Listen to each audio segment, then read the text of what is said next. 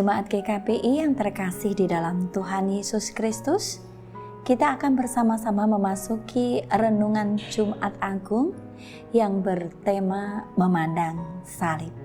Namun sebelumnya, mari kita bersama-sama datang kepada Tuhan, kita tunduk di dalam doa. Mari kita berdoa. Mengenang apa yang menjadi penderitaanmu, ya Tuhan, mengingatkan kami betapa besar kasih dan pengorbananmu kepada kami, bagaimana besar kasih-Mu kepada kami semua. Ketika kami memandang salib itu, tergambar seluruh cinta, kasih yang besar bagi kehidupan kami yang berdosa. Karena itu di Jumat Agung ini, ketika kami menghayati kembali pengorbanan dan penebusan-Mu di atas kayu salib bagi kehidupan kami yang berdosa, mampukan kami untuk mengingat bahwa bukan dengan barang yang fana, tetapi dengan darah yang begitu mahal, kehidupan kami ini Engkau selamatkan. Mampukan kami untuk menghayati penderitaan di dalam kehidupan kami, dan mampukan kami untuk kami boleh terus berjalan bersama dengan Tuhan melampaui segala suka duka kami. Dengan memandang salib-Mu, maka setiap hari kami akan beroleh kekuatan baru. Kami akan senantiasa mendapatkan pertolongan dari-Mu. Mampukan kami Tuhan untuk bersama-sama merenungkan firman Tuhan, dan kami Tuhan mampukan untuk boleh melakukannya. Di dalam nama Tuhan kami Yesus Kristus, kami berdoa dan mengucap syukur. Amin.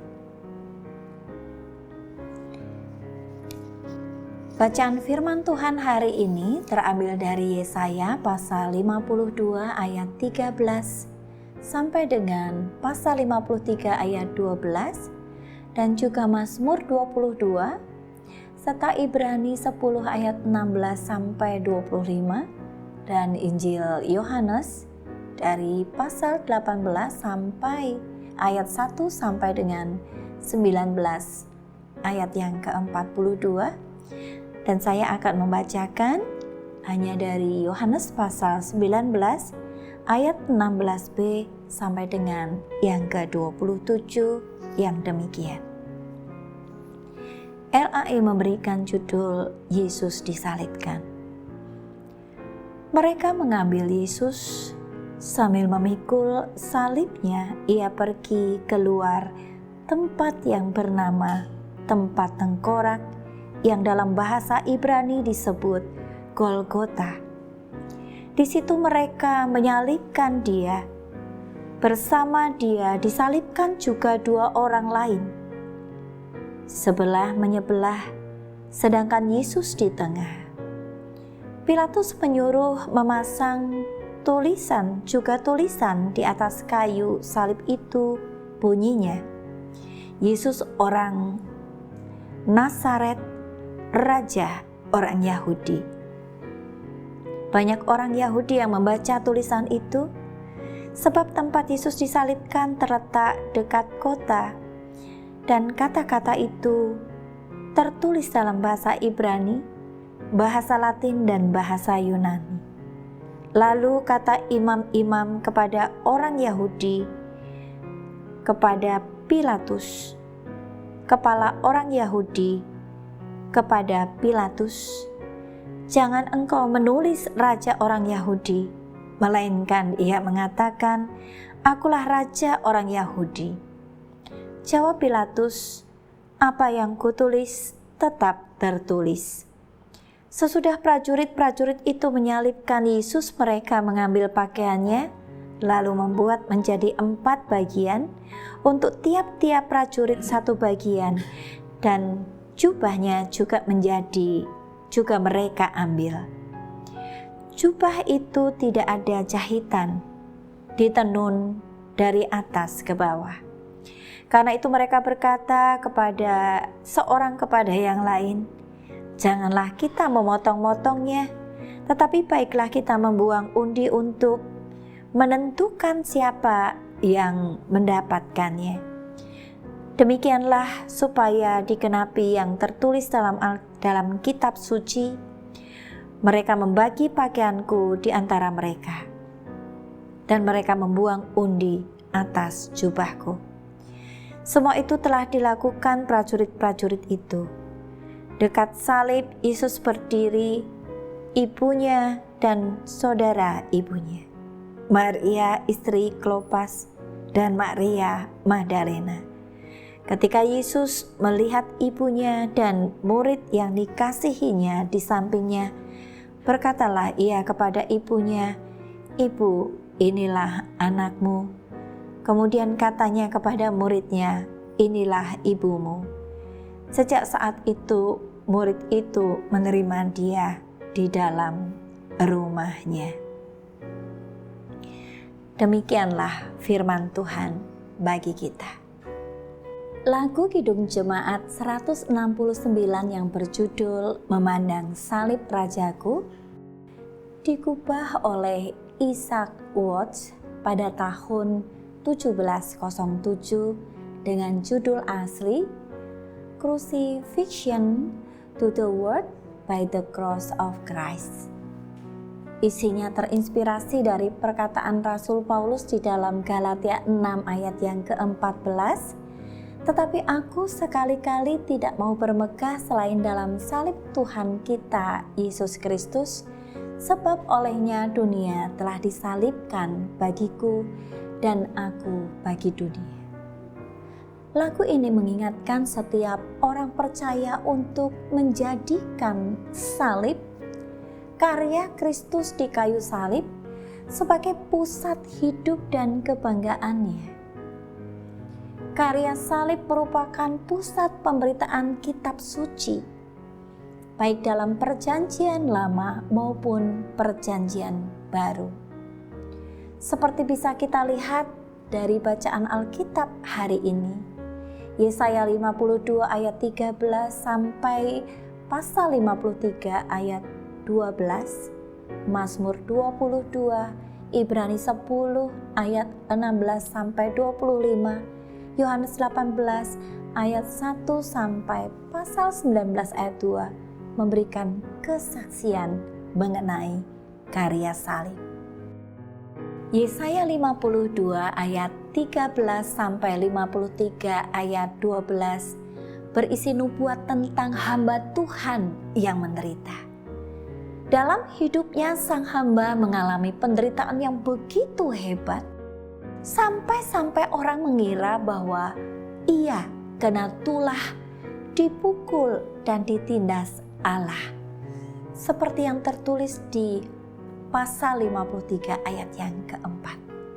Namun kebenarannya ialah bahwa ia menanggung hukuman atas kesalahan umat manusia.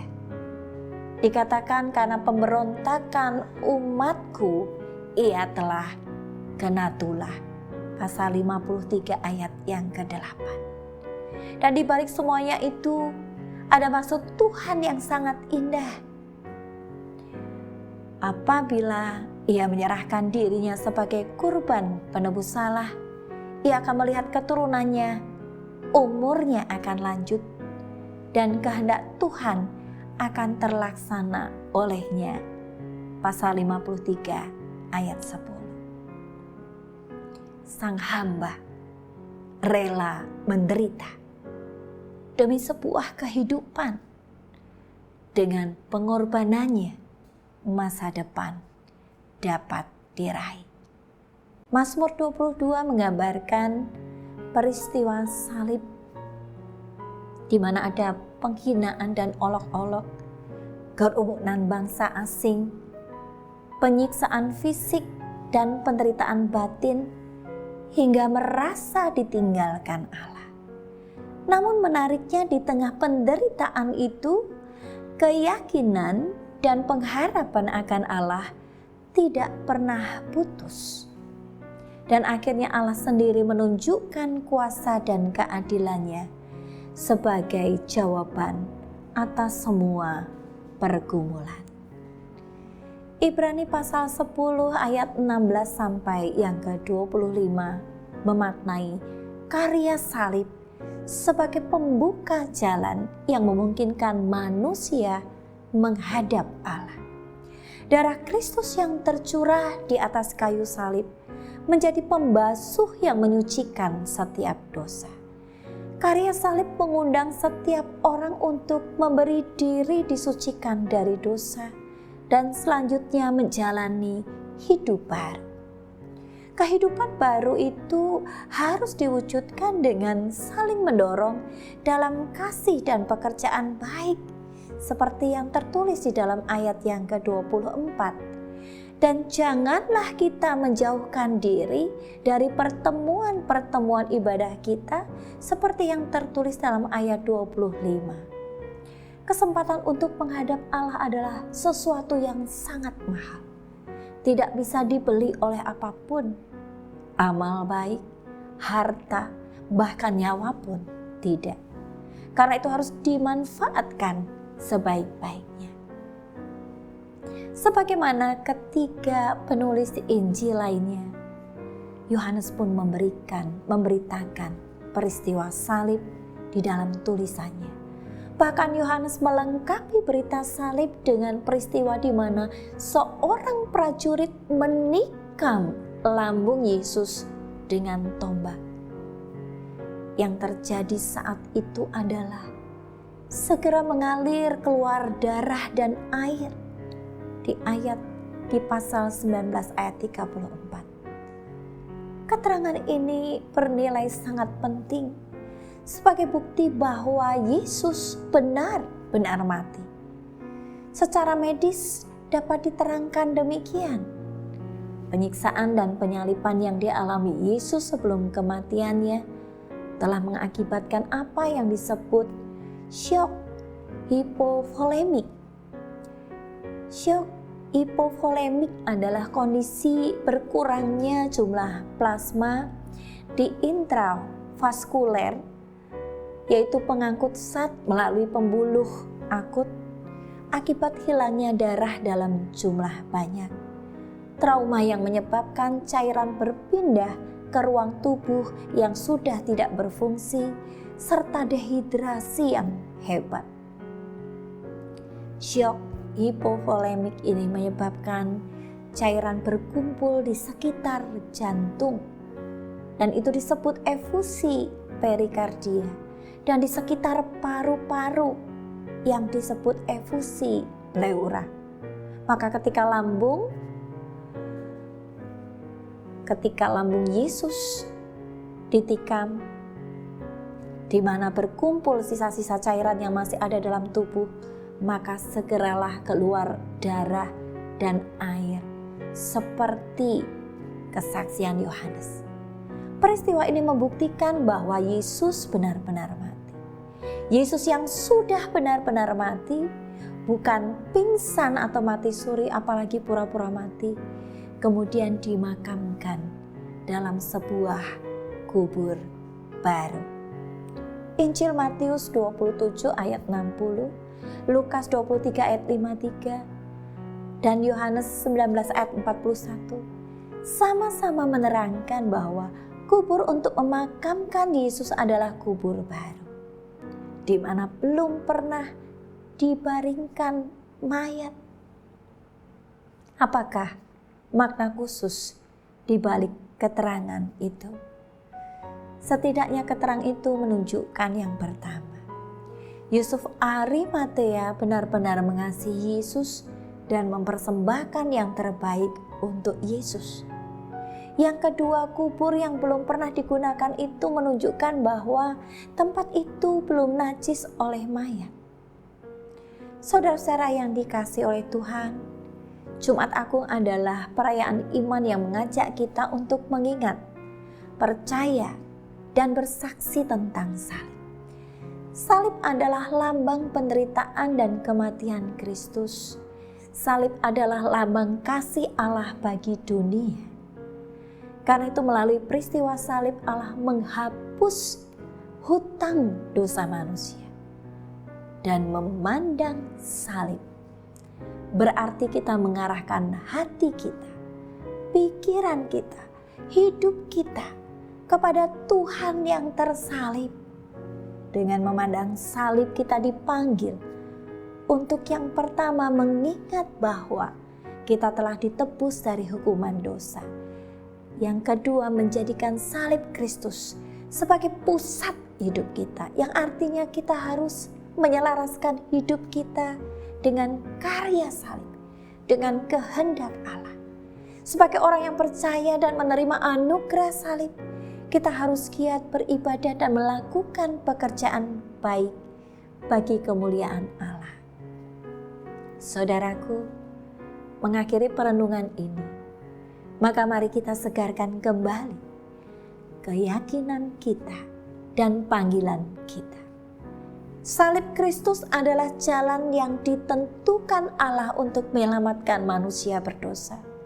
Karya salib telah dinubuatkan jauh sebelumnya dan harus terus diberitakan pada dunia sampai akhir masa. Peristiwa salib adalah kebenaran yang bisa dibuktikan dan dipertanggungjawabkan. Maka salib Kristus harus menjadi pusat hidup kita yang memberi kekuatan dan arah dalam menjalani kehidupan. Amin.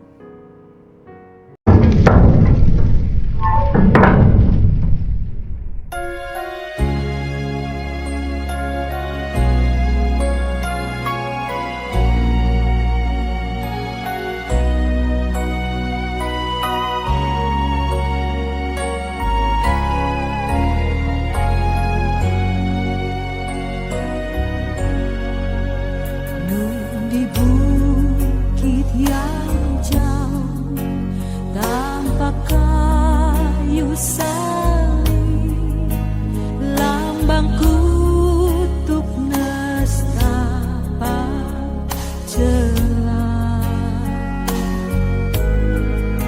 Salib itu tempat Tuhan Maha Kudus menebus umat manusia.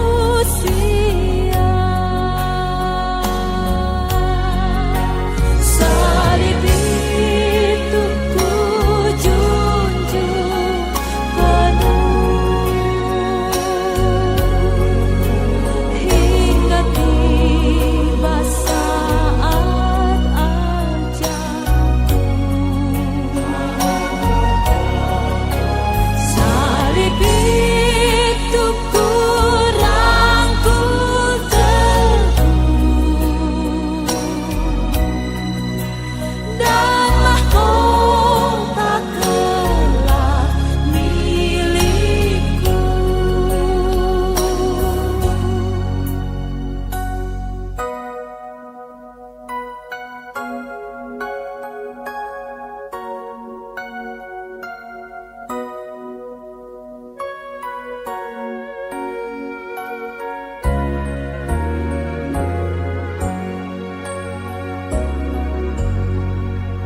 Ku setia